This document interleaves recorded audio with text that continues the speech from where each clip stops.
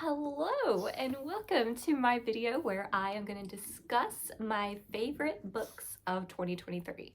So I know most people had this video up on their channels like 2 or 3 weeks ago, but I got sick and every day I've been thinking maybe tomorrow I won't sound so congested. Maybe I will be fully myself again.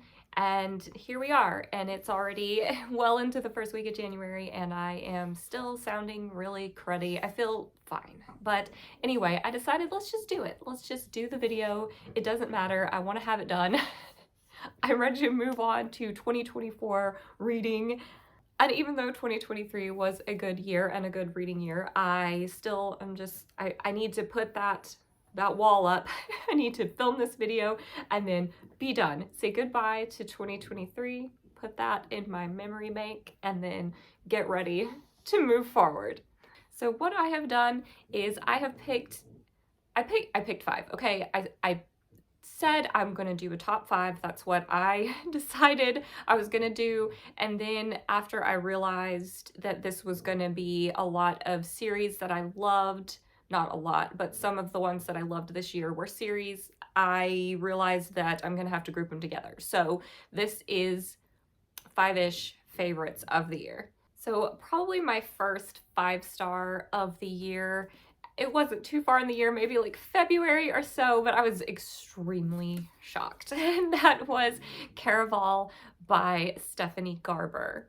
I am just gonna go ahead and let you know, I'm grouping this one with Legendary, which I have, it's on the shelf back there, I got it.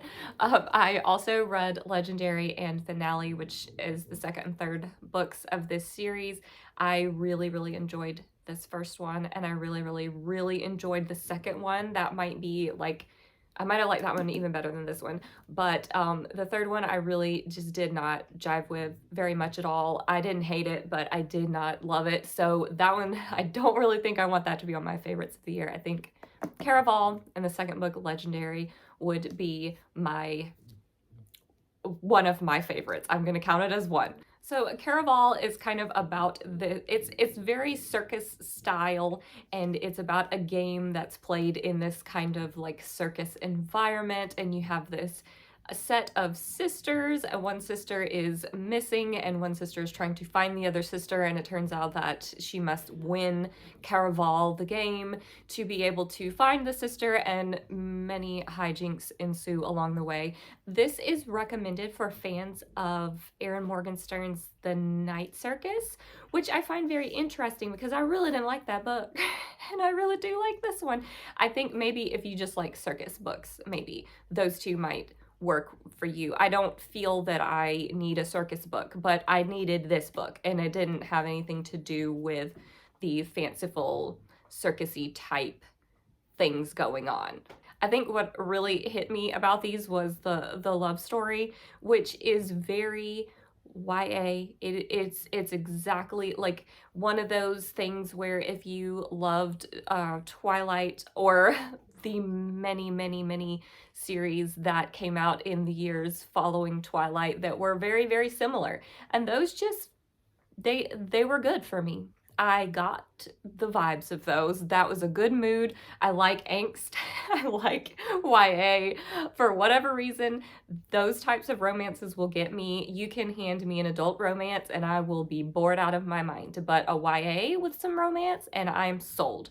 The second book that is one of my favorites of the year would be Everyone in My Family Has Killed Someone by Benjamin Stevenson. I got this out from the library. I really need to buy my own copy because I want to own it, but I very much loved this book. It's told in a very humorous comedy style.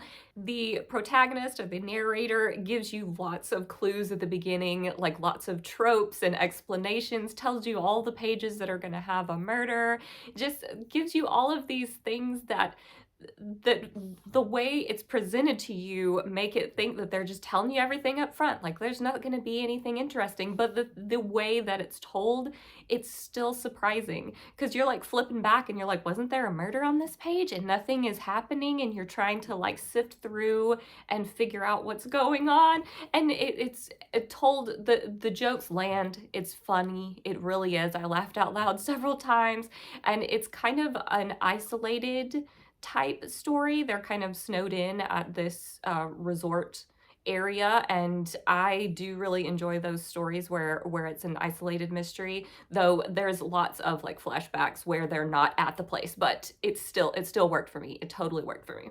The next one on my list is another one where I'm kind of cheating. It's 2 books.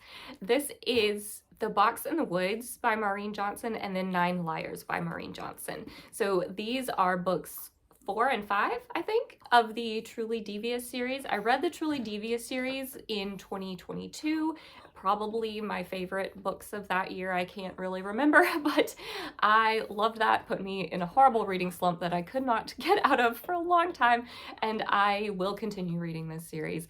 I feel like The Box in the Woods edges out 9 Liars a little bit. I think I liked The Box in the Woods a little bit more, but I thought 9 Liars was great as well. This is just a nice YA mystery. Maureen Johnson is the queen of this. Sorry if you can hear Nugget chewing on a bone right here at my feet. I don't know why he's chosen this moment to do that.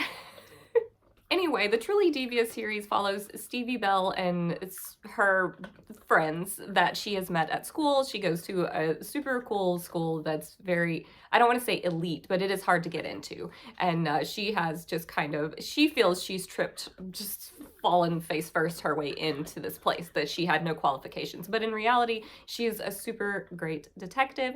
And the first 3 books are her solving several different mysteries that appear in each book, but also it spans like one big mystery that gets solved in the trilogy, and then after that they're standalones. So The Box in the Woods is the 4th book, which is a standalone, and then 9 Liars is a standalone by itself. Okay. The Box in the Woods is a summer camp story, and that's my favorite thing. Nugget, you're shaking the tripod. All right, we had to shift a little. Anyway, The Box in the Woods is a summer camp mystery. That is my favorite thing in the world.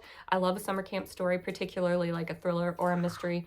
Super great. Loved it. And then 9 Liars is like takes place at like an English manor house. Not all of it, but Stevie gets to study abroad in London. Another trope that I will read every time. So creepy old manor house in the English countryside plus study abroad in London. Wonderful, wonderful. I hope that we're getting another one of these Stevie Bell mysteries this year, but I don't know. I'm pretty sure we are getting another one. I just don't know when it's coming out, and I don't know the title or anything like that. If I do find it before this video goes up, I'll just get it over here for you and you can see what it is. But I'm very excited to continue with that series. The next book is actually just one book, and I actually do have a copy of it. So that is Piranesi or Piranesi by Susanna Clarke.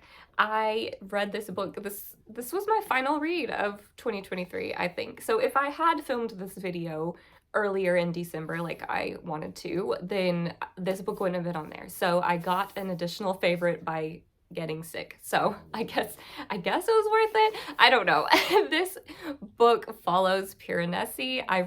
That really rolls off my tongue better, but I just don't know if I'm pronouncing it correctly by saying Piranesi, but I like the way it sounds better. So Piranesi is living in this basically labyrinth of statues, like these stone statues and stone buildings, and you really have no idea at the beginning like what is going on, how this happened. There's only one other person in the world, and I really can't tell you like any backstory or any explanation for that because it will just ruin the whole thing. And if you haven't read this, then you really should. It was like both moving and funny, like just in the best way. The writing was absolute perfection. I loved this. I have been holding on to this book. I don't remember when I purchased it, but I knew when I heard the premise and I heard other people's reactions to it that I was probably going to like this, and this was a book that I had just shelved as like a rainy day, like I'm gonna save this for some time when I really need a good book. And then I got sick on Christmas, and I was like, this is when I need one of my rainy day books. And it delivered. I don't know if it was more about the fact that I had such high hopes for it and it met them, or if it was just the right time for me to be reading it. But I will probably always cherish this book and the experience I had while reading it. Okay, last one. We're calling this number 5. Actually, if we were doing a countdown, I would call this number 1. I think all the other books that I've talked about were like equally. They were like favorites. I loved them. I had a great time reading them, but I don't know if I could rank them really. I mean, if push came to shove, I probably could, but I feel like this last one is my number 1, that it just stands so far above everything else that this one would be the easiest one to rank, and it would be number 1 as far as my favorite book of the year. And it's a series. I'm cheating again, but it is A Deadly Education by Naomi Novik. I also read I have read this one before. This was a reread, the first book. I had not read the second or third book in the series before, and I managed to get hold of the whole series at my library, and I said, okay, I'm just going to power through. I'm going to reread the first one because I really loved it, and I don't want to have forgotten anything going into the second one. So I started the first one, and by the end of like another week, I had finished the whole series because it was wonderful. I couldn't sleep at night because I wanted to keep reading. It follows Galadriel, who goes by Elle, and she and many other children, well, she's more of a teenager, but people who have magical powers. And as children or teenagers, they are sent to the Sholomance, because the Sholomance is a school that is supposed to protect magical children in this world, but in reality, it is a very, very, very dangerous place. It's just marginally safer than the outside world. So we start the story with Elle already at the school, and she is several years in, and she knows how to deal with all of the monsters and different threats that come about, even though she's just barely scraped by so far. She doesn't have any friends because she's a very off-putting individual, which is probably why I liked this so much. It was because there was just something so nice about a protagonist that isn't like in your face confident, but also isn't like just so timid and then learns throughout the story to come out of their shell. It seems like those are kind of the two ways that it always goes. But in this particular story, it was just like she's very sure of herself as an outsider. she's very confident that that's how it's going to be, and she's determined to keep it that way, and she's trying to learn to be fine with the fact that she's considered like a loser or whatever, when in reality, I don't think it's a spoiler to say, she's one of the most powerful magical beings in this world. So this is also one that has a romance that really got me. It's I don't necessarily think you would call this YA. I think this would be more like new adult, or maybe adult. I would lean more on like a new adult, though I don't even think that that's really a genre anymore. That's just, it's kind of that bridge. She is still in high school, but it's very upper YA, I would say. And the romance in it doesn't really have that YA angsty feel to it. Like for the most part, the protagonist Elle is just like not in the relationship. Like she doesn't have any desire to be in it, but yet it's there nonetheless. And so I really enjoyed it. I was really rooting for them.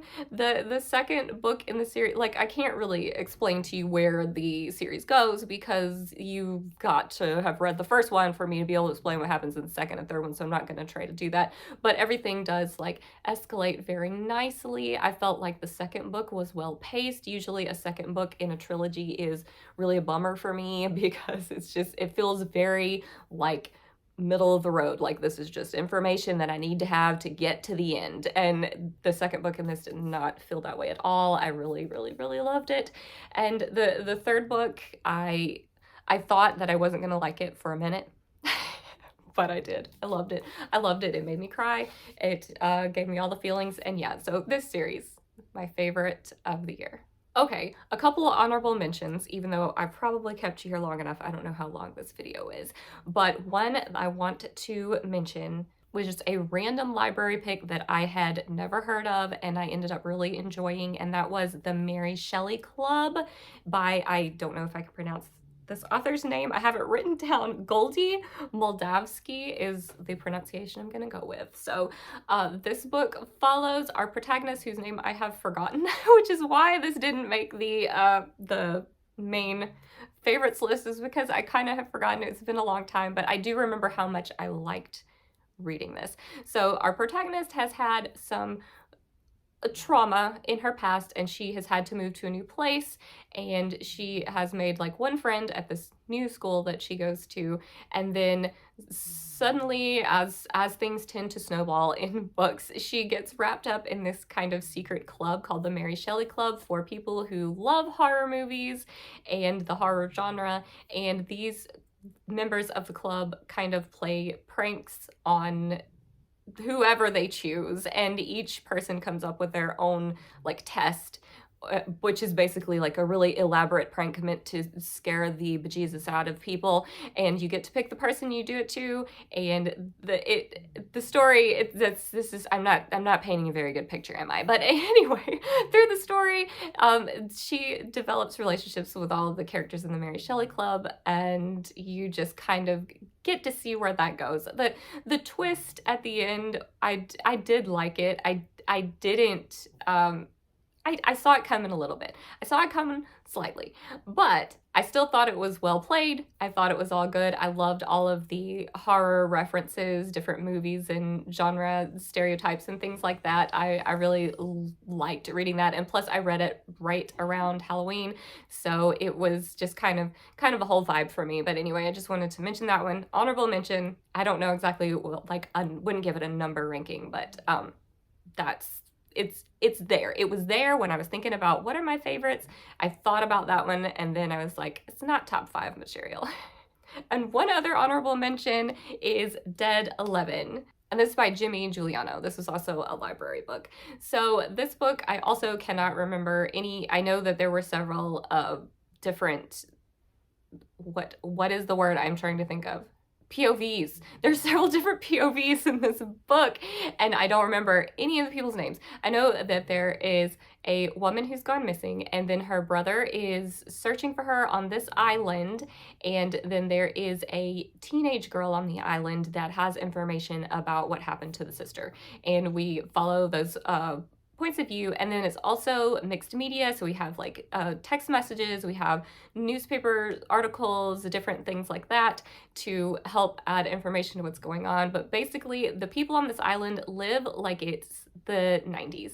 They are stuck on this like a day, like a particular day or a particular like week, or just a very set period of time, like the same shows, the same football games, the same things. They watch those over and over. They listen to the music, they wear the clothes, they drive the cars. Everything is as it was in this period of time in the 90s. And basically the book is just gonna help you figure out why that is. And while I was pretty happy with the reveal, but I could see how people wouldn't be. But anyway, I really liked that one, and this kind of segues me into my favorite covers of the year. So this was an honorable mention as far as my enjoyment of the book, but as far as favorite cover of the year, this is it. Dead 11, favorite cover of the year. I had heard that people are enjoying this book. I had seen people reading it and giving it pretty high ratings, but I would have picked this up regardless just because of the cover. Another book that sold me with the cover, I guess this would be my second favorite cover of the year, that is You're Not Supposed to Die Tonight by Kalynn Bayron.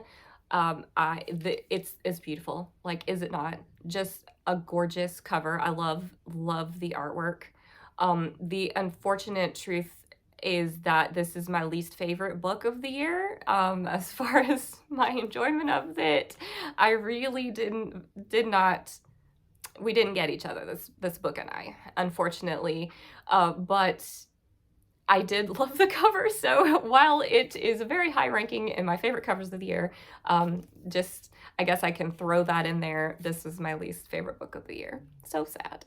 So that will be it from me. I'm so glad that I managed to get this video filmed, even though it's way late, and I'm sorry that I sound all cruddy, but I think I'm a lot better than I was. I'm glad I waited this long to do it. Anyway, I hope to have a video up soon with some 2024 plans and things that I am anticipating for the year, and I will see you hopefully then.